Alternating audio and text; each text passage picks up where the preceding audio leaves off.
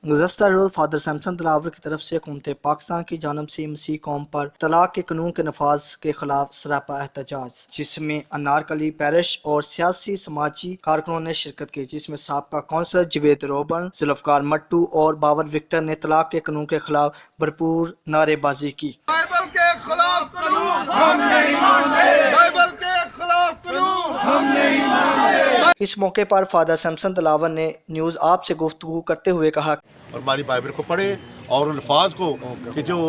तलाक के बाद वो दूसरी शादी करता है वो ज़िना करता है, हमें ज़िना करने पर मजबूर ना किया जाए, हमें गुनाह करने पर मजबूर ना किया जाए, हमारे मजहबी जज्बात के साथ ना खेला जाए। ऐसा ना हो कि हम फिर सड़कों पर आने के लिए मजबूर हो जाए। अभी तो हमने शुरू किया है, इसलिए हम उन्हें वार्न करते हैं उन लोगों